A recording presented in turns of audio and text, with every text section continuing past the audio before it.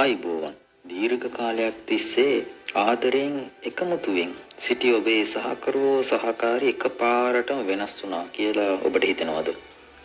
කලින් තිබුණු ආදරය සැලකිල්ල වෙනුවට දැඩි නිශ්ශබ්දතාවයක්, නිතර කේන්තියාමක් නැත්නම් ඔබ තේරුම් ගන්න බැරි දුරස් වීමක් ඔබ අත්විඳිනවාද? මේ වෙනස් වීම පිටුපස තියෙන්නේ මානසික හේතුවක්ද නැත්නම් යම් අදෘශ්‍යමාන බාහිර ශක්තියින් බලපෑමක්ද? අද අපි බලමු මේ විශ්වීය සංඥා හරහා ඔබේ ආදර කතාවේ සැඟවුණු සත්‍ය මොකක්ද කියලා. පළමු ශක්තියින් හරහා අපිට පෙන්වුම් කරන්නේ කුමක්ද කියලා අපි බලමු. ඔබේ සහකරුවෝ සහකාරිය මේ වන විට දැඩි ආකර්ශනීය මෙන්ම යම් සංකීර්ණ මානසික සහ ආත්මික පොරබදන්නක ඉන්න බවයි පෙනෙන්නේ. ඔවුන් තුළ ඇති ආශාවන්, හැඟීම් සහ අභ්‍යන්තර ආතතිය එකිනෙකට ගැටෙනවා. ඔවුන්ගේ සිතුවිලි ඉතාමත් වේගෙන් වෙනස් වෙනවා.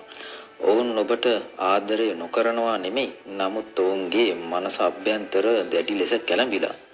තමන්ගේ හැඟීම් පාලනය කරගන්න බැරි අසරණ භාවයක් ඔවුන්ගේ වත්මන් එනර්ජි එක තුළ දැක ගන්න පුළුවන්. දෙවනුව අපිට එළිවෙන්නේ විශාල පරිවර්තන ශක්තියක්. මේ සම්බන්ධතාවයේ ඇතුලේ පැරණි රටාවන් බිඳවැටෙමින් පවතිනවා. මෙතනදී බාහිර බලපාන්නේ දැඩි මානසික සහ පීඩනය. ඒ වගේම අතීතයේ විසඳන්නේ නැති යටපත් කරපු ප්‍රශ්නයි.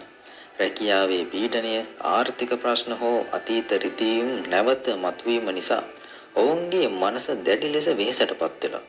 මේ බාහිර පීඩනය දරා ගන්න බැරි වූ තැනයි ඔවුන්ගේ තමන්ගේ කෝපය හෝ නිශ්ශබ්දතාවය ඔබ දෙසට මුදා හරින්නේ. ඊළඟ ශක්තිය රටාව තුලින් ඔබ අහන ප්‍රශ්නයට ප්‍රධාන පිළිතුර ලැබෙනවා. ඔව්. ඔබේ සහකරු වටා සහ ඔබේ සම්බන්ධතාවයේ වටා යම් අහිතකර ඍණාත්මක බාහිර ශක්තියින් බලපෑමක් නිරූපණය වෙනවා. නමුත් මතක තියාගන්න, මේ සෑම විටම යంత్ర මන්ත්‍ර විය යුතු නැහැ. ඔබේ එකමුතුකම සතුට දෙස අන් අය හෙළු ඊර්ෂ්‍යාකාරී වෙනත් බාහිර පුද්ගලයන්ගේ අනවශ්‍ය ඇඟිලි ගැසීම් සහ ඔවුන්ගේ ඍණාත්මක කතා වලින් ඔබේ සහකරුගේ මනස විස වී තිබෙන බවයි පෙනෙන්නේ. මෙම අදෘශ්‍යමාන ශක්තිය නිසා ඔවුන්ගේ ආරක්ෂක වළල්ල බිඳී ඔවුන්ගේ මනස පහසුවෙන් ඍණාත්මක අදහස් වලට ගොදුරු වී තියෙනවා. සිව්වන ශක්තියකින් එළිවෙන්නේ මේ ප්‍රශ්නේ සැඟවුණු යථාර්ථයයි. ඔබේ සහකරු හෝ සහකාරිය තුල බය, සැකය සහ අනාරක්ෂිත බව දැඩි ලෙස මුල් බැසගෙන තියෙනවා. ඔවුන් ඔබෙන් ඈත් වෙන්නේ ඔබට වෛර කරන්නේ මේ නිසා නෙමෙයි. ඔවුන්ගේ මනස ඇතුලේ මෙවි ඇති බිය නිසායි. ඔබ තමන්ව හැර යාවි කියන බිය හෝ තමන්ට මේ සම්බන්ධතාව ඉදිරියට ගෙන යන්න බැරි වෙයි කියන හීනමානය ඔවුන් ආක්‍රමණය කරලා.